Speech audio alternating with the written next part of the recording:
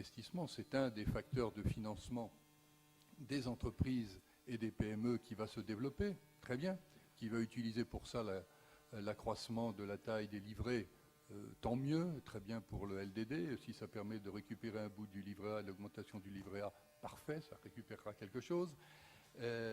Mais la Banque publique d'investissement ne peut pas tout faire et ne doit surtout pas tout faire. Les banques, on l'a dit, Karine Berger l'a dit tout à l'heure, vont moins intervenir. Elles y sont contraintes, on ne peut pas les critiquer totalement. Elles y sont contraintes par les ratios BAL 3, les ratios de liquidité qui se mettent en place. Bon, reste donc qu'il faut que l'épargne longue se mobilise pour aller financer les entreprises.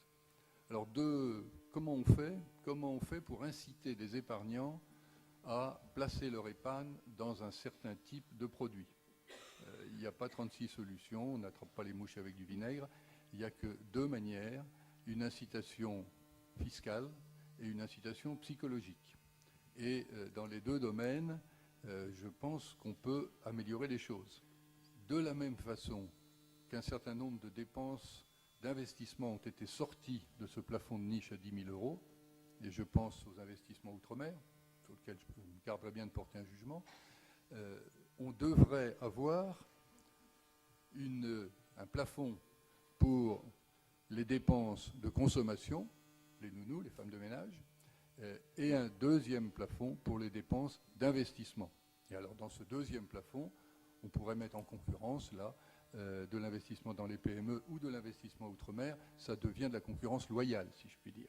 Une autre idée, et je passerai plus rapidement, c'est l'idée d'utiliser mieux le PEA. Le PEA actuel a un plafond qui est à 132 000 € depuis 10 ans.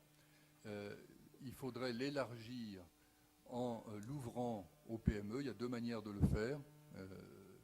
Les deux peuvent être intéressantes. Soit d'élargir le plafond actuel en réservant une part aux investissements PME, soit de créer un PEA PME. Les deux solutions, des avantages et des inconvénients. Ce qui aura notre préférence, c'est celle qui élargira le plus, bien entendu, de façon à pouvoir mobiliser davantage d'épargne.